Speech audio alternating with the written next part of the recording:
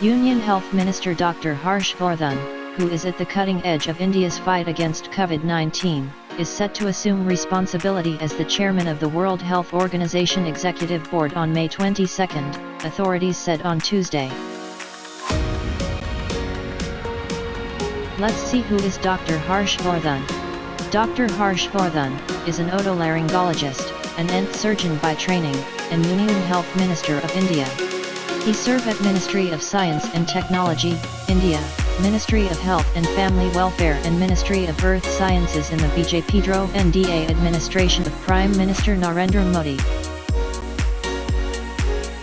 The World Health Assembly is the preeminent dynamic body for WHO.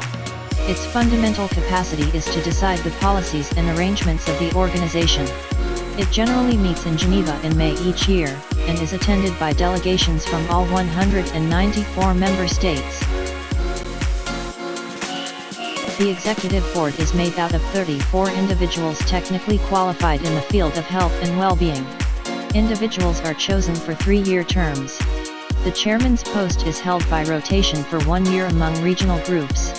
The board meets at least twice a year and the main meeting is normally in January, with a second shorter meeting in May, immediately after the Health Assembly.